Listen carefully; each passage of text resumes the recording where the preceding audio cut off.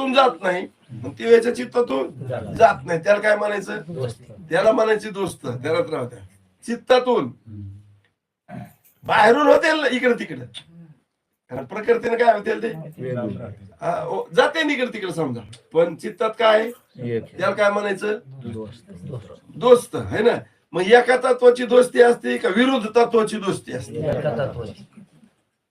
नाही हा. मग दोघ एक झाले म्हणल्यावर तत्व एक, समजायला ना तुम्हाला?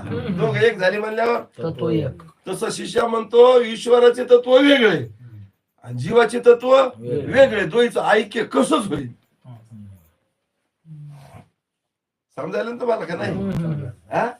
अग्नीचं तत्व आणि पाण्याचं तत्व, दोन्हीची दोस्ती कशी काय होईल? ऐक्यता कशी होईल?